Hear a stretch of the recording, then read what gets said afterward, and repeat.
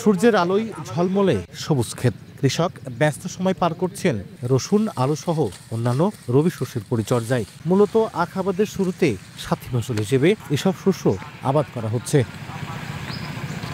সম্প্রতি ঝিনাইদহের কালীগঞ্জ কোটচাঁদপুর উপজেলায় আখের আবাদ বাড়াতে আধুনিক পদ্ধতিতে প্রকল্প চালু করেছে বাংলাদেশ সুগার ক্রপ গবেষণা ইনস্টিটিউট। প্রকল্পের অধীনে আখের সঙ্গে সাথী ফসল হিসেবে চাষ করা হচ্ছে ডাল, মশলা ও সবজি জাতীয় ফসল।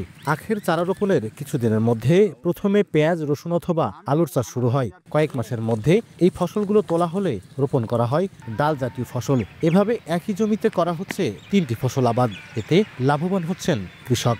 আখ লাগানো আছে এবং এর উপরে আলুর চাষ আছে।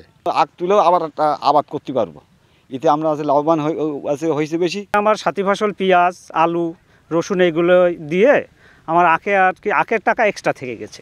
সংশ্লিষ্টরা বলছেন সাথী ফসল আবাদের মধ্য দিয়ে আখ চাষ বাড়লে চিনি কলের উৎপাদন বাড়বে। জমির সর্বোচ্চ ব্যবহার নিশ্চিতে কৃষকদের পরামর্শ দেওয়া হচ্ছে।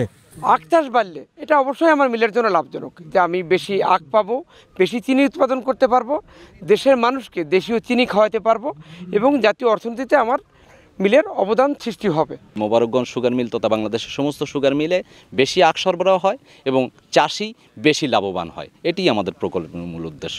বাংলাদেশ সুগার ক্রপ গবেষণা ইনস্টিটিউটের তথ্য মতে বর্তমানে জেলার কালীগঞ্জ কোটচাঁদপুর উপজেলার 2 শতাধিক কৃষক আখের সঙ্গে সাথী ফসল চাষ করছেন। লোটাস রহমান সোহাগ, সময় সংবাদ, ঝিনাইদহ।